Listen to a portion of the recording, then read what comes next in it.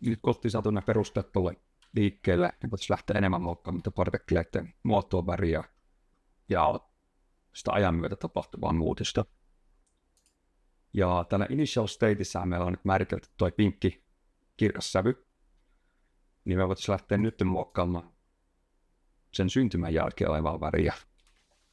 Ja täältä löytyy sitten tämmöinen color. Colorin kautta pystytään muokkaamaan sitä sävyä suoraan se syntymän jälkeen, eli nyt se on sinisää, mitä se oli alun perin pinkki. Ja jos me halutaan saada enemmän tähän variaatiota, ja meidän muokattavaa tätä, että me voidaan tehdä siitä vaikka color from curve, ja tämä on siis asia, millä me voidaan muokata sitä sävyä alkuhetkestä loppuhetkeen.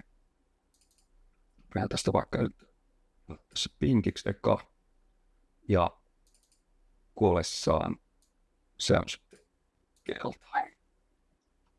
Ja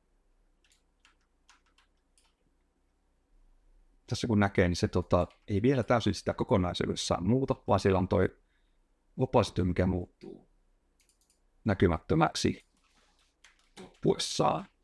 Ja jos me halutaan saada tämä paremmin näkyviin, me voidaan lisätä tänne väliin myös näitä pointteja, jolloin me voidaan sitten määritellä vielä enemmän sitä partikkelin värimuutosta nopeammin. Tällä voi tehdä minkälaisia kivoja partikkeleita ja muuttaa niiden sävyä sen elämänkaaren aikana. Ja nyt tässä niin partikkeleiden koko on uniformisoi yksi sama koko matkan ajan. Niin voitaisiin lähteä muokkaamaan myös seuraavaksi sitten kokoa. Ja täällä löytyy sitten size, scale sprite size, eli tämä diagrammi tässä on, kertoo sen skaalan 0–1. Eli tämä on se elinkaaren aikana tapahtunut skaalan muutos. Ja laittaa se ekana tuonne 1, ja sitten ajan kanssa se menee nollaan, eli se aloittaa siitä oikeasta koosta, isosta koosta, ja sitten siitä pitkin menee pienempään. Niin me voidaan taas laittaa uniformi sprite size hieman isommaksi, niin saadaan selkeämpi näkyvä muutos aikaiseksi. Täällä nähdään sitten, että se kuollessaan sitten pienee ja häviää. Vähän kivemmat sävyt tänne aikaiseksi. Ja tätä scale sprite sizeakin voitaisiin vähän, että aloitetaan tuolla pienellä. Ja tänne pystyy lisäämään aina sitten kiitä painamalla tuosta. Ja nyt siis valmiin hassuksi tuosta noin. Eli täppäämällä sitä linea, niin saadaan lisätty sitten näitä keypointteja tuonne, millä me määritellään sitä skaalaa sen elämän aikana. Ja nämä on tällä hetkellä ihan lineaarisesti, niin oikealla laittamalla se autoksi, niin saadaan semmoinen smoothi-käyrä tuohon, eli se muuttaa sitä silleen sujuvasti, eikä silleen kertarvykäyksellä aina isommaksi sen matkan aikana. Yksi asia, millä voi muokata näitä sävyjä, voidaan kokeilla myös toista. Eli meillä on tämä direct set, eli se on se, millä se määrittää se yhden sävyn. Nyt täältä löytyy myös random range.